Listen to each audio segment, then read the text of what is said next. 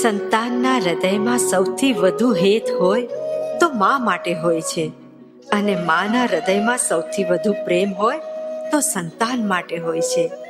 આમ દુઃખ વેઠીને સુખ દેનારી, સદગુણોનું સિંચન કરનારી માને યાદ કરીને સંતાનોના મન પ્રસન્ન થાય છે.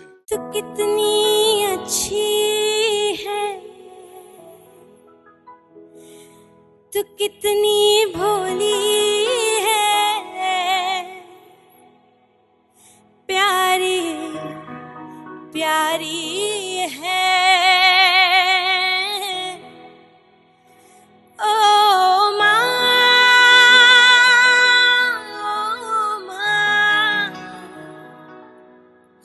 ओ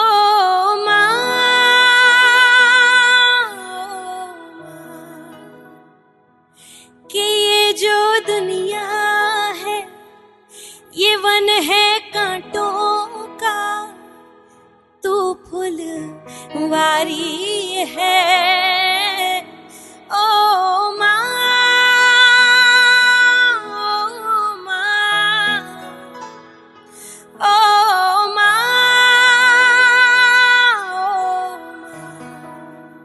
એટલા માટે ભગવાને માં બનાવી છે. કહેવાય છે આમ કે સ્ત્રી ક્યારેય સ્વતંત્ર ન હોઈ શકે, સ્ત્રી હંમેશા પરતંત્ર છે. બાપના ઘરે દીકરી જન્મે, દીકરી થોડી મોટી થાય એટલે મા બાપ એમ કે બેટા તારે જેમ રહેવું હોય એમ, જેમ જીવવું હોય એમ, અહીંયા નહીં તારા સાસરે. જન્મે એટલે બાપને આધીન. ઈ દીકરી સાસરે જાય એટલે સાસરિયા લોકો એમ કે અહીંયા અમે કઈમ રહેવાનું છે, અમારા રિવાજ, અમારું કુળ.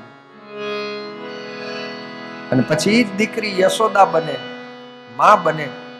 છોકરાઓ થોડા મોટા થાય તો એમ કે માં તને ખબર ન પડે, પણ છતાંય કહેવાય શું તો કે ઘરવાળી. હકીકતે એનું ક્યાંય ઘર હોતું જ નથી, છતાંય આવડો મોટો માળો બાંધીને બધાને જીવાડે. સ્ત્રી એમ કહેવાય છે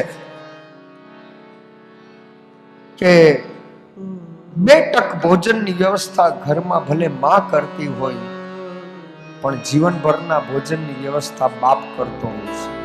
मैं कभी बतलाता नहीं, पर अंधेरे से डरता हूं मैं मां.